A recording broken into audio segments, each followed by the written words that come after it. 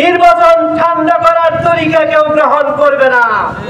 কালো টাকার প্রভাব থাকবে না, আর থাকবে না চাঁদাবাজি, দখলবাজি, ধান্দাবাজি, কালোবাজারি, মজুতদারি, মুনাফাখোরি, সব বাজিকরদের পতন ঘটবে ইনশাআল্লাহ।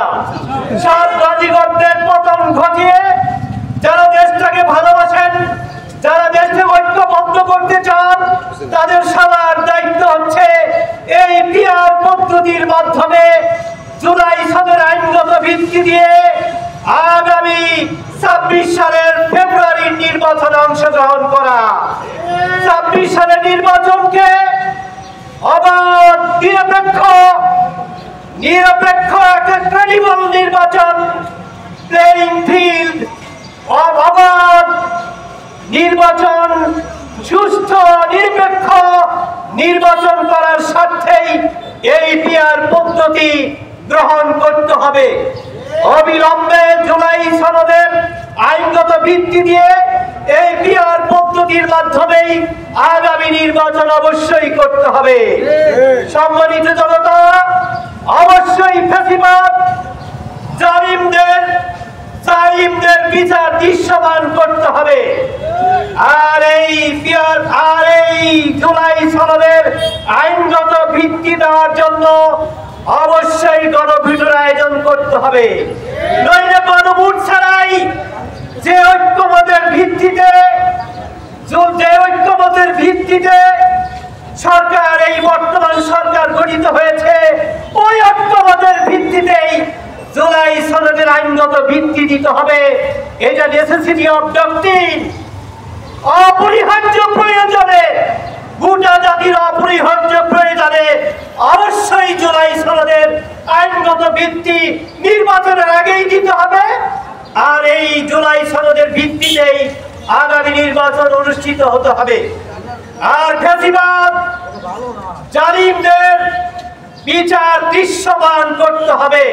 ফ্যাসিবাদের দূষর জাতীয় পার্টি সহ 14 দলের বিচার এবং এই 14 দলের সমস্ত কর্মকাণ্ড অবশ্যই নিষিদ্ধ করতে হবে। সম্মানিত জনতা, আসুন আমরা গোটা জাতিকে ঐক্যবদ্ধ করতে চাই। হানাহানির রাজনীতি, বিভেদের রাজনীতি চিরতরে আমরা খতম করতে চাই। এই দক্ষিণ এশিয়ার একটা গুরুত্বপূর্ণ দেশ বাংলাদেশ।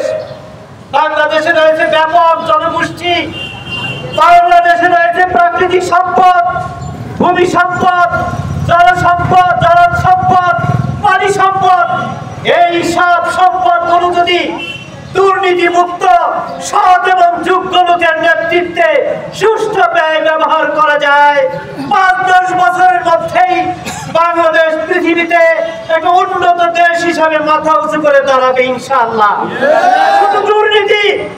শুধু দুর্নীতির কারণেই বিগত 15 বছরে বাংলাদেশ থেকে প্রায় 30 লক্ষ কোটি টাকা বিদেশে পাচার করা হয়েছে। কয়েকদিন আগে লন্ডন ভিত্তিক একটি পত্রিকায় প্রকাশ করা হয়েছে 28,58,800 কোটি টাকা বিদেশে পাচার করা হয়েছে।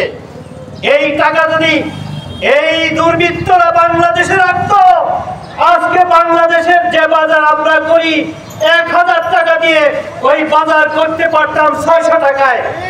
আজকে এই বাংলাদেশের প্রায় 3 কোটি শিক্ষিত যুবক যুবতী সর্বোচ্চ শিক্ষা ডিগ্রি নেওয়ার পরেও কর্মসংস্থানের অভাবে তারা ধুকে ধুকে মরছে।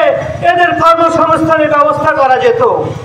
50টা পদ্মা সেতু আমাদের টাকায় আমরা করতে পারতাম। সম্মানিত জনতা, যদি সৎ, যোগ্য এবং দুর্নীতিমুক্ত ক্ষুধাভীরু নেতৃত্ব দেশে প্রতিষ্ঠা হয়, 10 বছরের মধ্যে এক ঐক্যবদ্ধ জাতি দুনিয়াতে মাথা উঁচু করে দাঁড়াবে ইনশাআল্লাহ। সুতরাং আগামী নির্বাচন প্লেইং ফিল্ড, প্লেইং লেভেল 3 হতে হবে।